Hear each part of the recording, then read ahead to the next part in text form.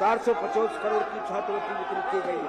शिक्षा के लिए वर्ष 24-25 में रुपये 52,682 करोड़। क्या बात है, शिक्षा के क्षेत्र में धमाका, शिक्षा के क्षेत्र में धमाका।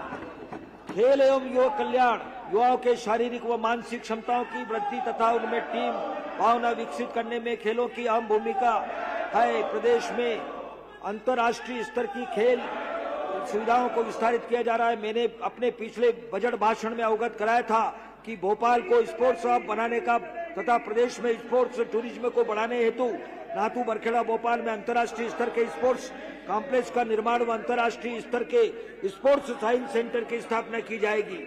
मुझे यह बताते हुए खुशी है कि नाथू बरखेड़ा में अंतर्राष्ट्रीय स्तर के हॉकी टर्फ एवं पेवेलियन का निर्माण लगभग पूर्ण। बहुत बढ़िया, बधाई।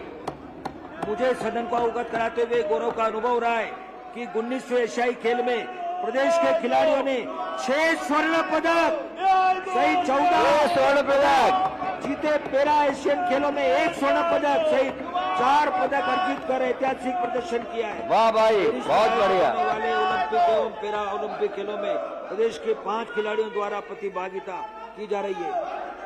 शासकीय सेवा में नियुक्ति का चयन परीक्षा के लिए प्रदेश के युवाओं द्वारा जमा किए जाने वाले आवेदन शुल्क के भार को कम करने के लिए राज्य शासन द्वारा एक नवीन नीति बनाई जाएगी।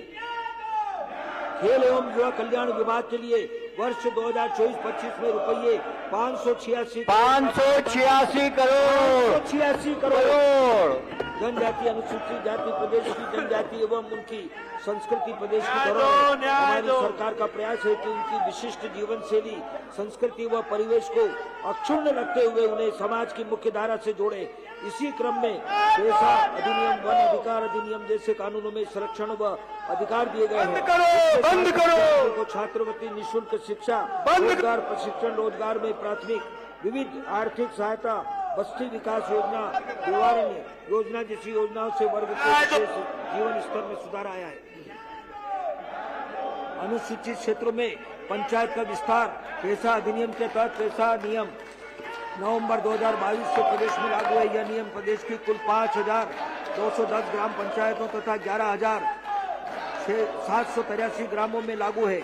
प्रदेश में इन नियमों के अंतर्गत प्राप्त अधिकारों का उपयोग जनजाति वर्ग के हितों के संरक्षण के लिए अत्यंत प्रभावशाली साबित हो रहा है।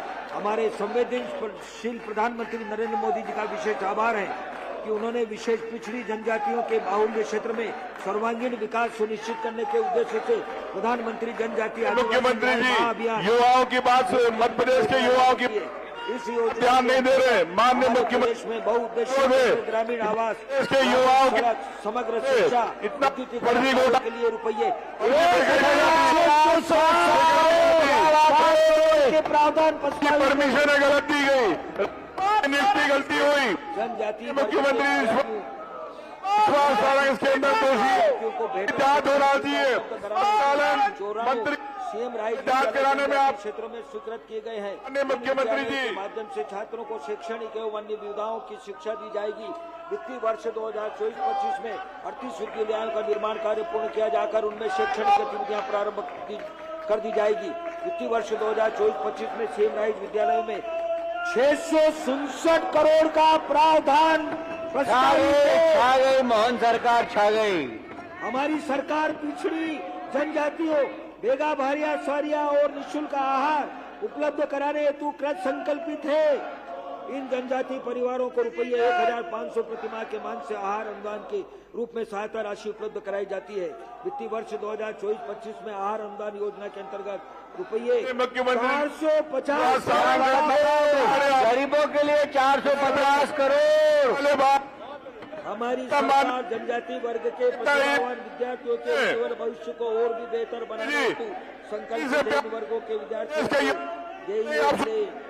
नीट जैसी महत्वपूर्ण प्रतियोगी परीक्षाओं हेतु अच्छी से अच्छी कोचिंग सुविधा उपलब्ध कराने को ध्यान में रखते हुए बजट में प्रावधान किया जा रहा है। आकांक्षा योजना के अंतर्गत वित्तीय वर्ष 24-25 में 10 करोड़ 42 बच्चों के भविष्य के लिए सबसे बड़ी योजना।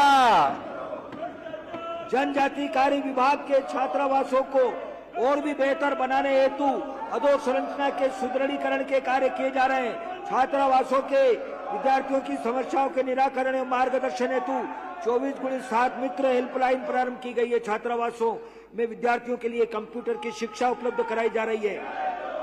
जनजाति वर्ग की गौरवपूर्ण परंपराओं एवं उन्नत संस्कृति को संरक्षित रखने के प्रदर्शित करने हेतु भी हमारी सरकार सतत प्रयासरत है। छिंदवाड़ा में बादल भोई स्वतंत्रता संग्राम सेनानी, जबलपुर में श्री शंकर शाह कुंवर रघुनाथ शाह संग्रहालय का निर्माण एवं विस्तारीकरण किया जा रहा है।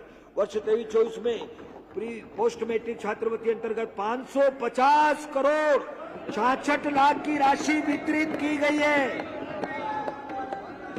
इन्हीं मदों में वर्ष 24-25 में रुपये 728 करोड़ की राशि छात्रवृत्ति भुगतान अनुमान। क्या बात है आदिवासी भाइयों के लिए। अंतर्गत वर्ष 23-24 में 1 लाख से अधिक विद्यार्थियों को लाभान्वित कर रुपये 156 करोड़ का भुगतान किया गया है।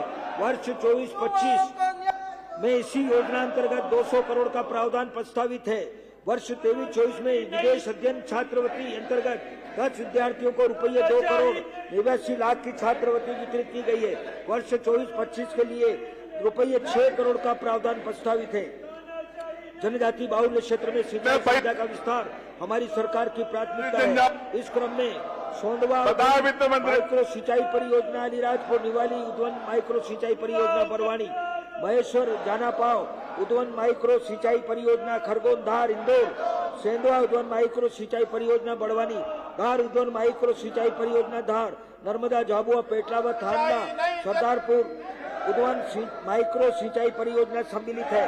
इन सिंचाई परियोजनाओं के पूर्ण होने पर आदिवासी बाहुल्य क्षेत्र में 2,53,120 हेक्टेयर। धन्य है मोहन सरकार, धन्य है।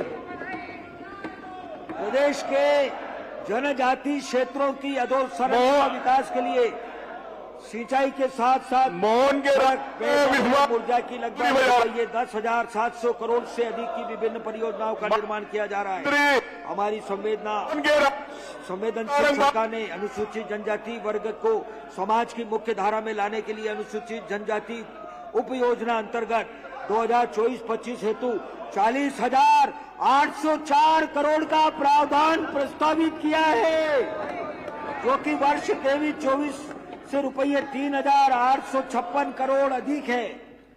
अनुसूचित जनजाति कल्याण प्रदेश के अनुसूचित जाति वर्ग को बेहतर जीवन उपलब्ध कराने के लिए हमारी सरकार निरंतर प्रयासरत है। अनुसूचित जाति के विद्यार्थियों को विदेश अध्ययन छात्रवृत्ति, प्री मैट्रिक छात्रवृत्ति, पोस्ट मैट्रिक छात्रवृत्ति, आवास भत्ता योजना के अंतर्गत लाभान्वित किया जा रहा है। इस वर्ग के युवाओं को रोजगार से जुड़े कौशल प्रशिक्षण दिया जाकर प्रशिक्षार्थियों को रोजगार भी उपलब्ध कराया गया। प्रधानमंत्री आदर्श ग्राम योजना अंतर्गत पूर्व से चयनित 1,034 अनुसूचित जाति बाहुल्य आदर्श ग्राम के अतिरिक्त 619 चयनित ग्रामों को भी योजना में सम्मिलित किया गया है। मैंने अपने पिछले भाषण में सदन को अवगत कराया कि सागर में संत रविदास स्मारक स्थापित किया जाएगा। मुझे अवगत कराते हुए हर्ष है कि स्मारक निर्माण का कार्य प्रगति में है। इसके अतिरिक्त सरकार संत रविदास जन कल्याणकारी भावनाओं एवं उपदेशों को जन जन तक पहुंचाने के लिए प्रदेश के 30 जिलों में संत रविदास महाराज की अनुसूचित जाति वर्ग के युवाओं के स्वरोजगार हेतु संत रविदास स्वरोजगार योजना, डॉक्टर भीमराव अंबेडकर आर्थिक कल्याण योजना, सावित्रीबाई फुले स्वसहायता समूह योजना, मुख्यमंत्री अनुसूचित जाति वित्त पोषण योजना संचालित की जा रही है। हमारी सरकार अनुसूचित जाति वर्ग के विद्यार्थियों को बेहतर शिक्षा एवं संसाधन उपलब्ध कराने के हेतु कृत संकल्पित है। विद्यार्थियों को छात्रवृत्ति, शिष्यवृत्ति, गणवेश, छात्रावास सुविधा आदि के लिए वर्ष 2024-25 में रुपये 1,427 करोड़ का प्रावधान अनुसूचित जाति के छात्रावासों से बेहतर सुविधाएं उपलब्ध कराने हेतु हमारी सरकार सतत रूप से प्रयास कर रही है। छात्रावासों में नियमित शैक्षणिक गतिविधियों के साथ पाठ्येतर गतिविधियों पर भी विशेष ध्यान दिया जा रहा है।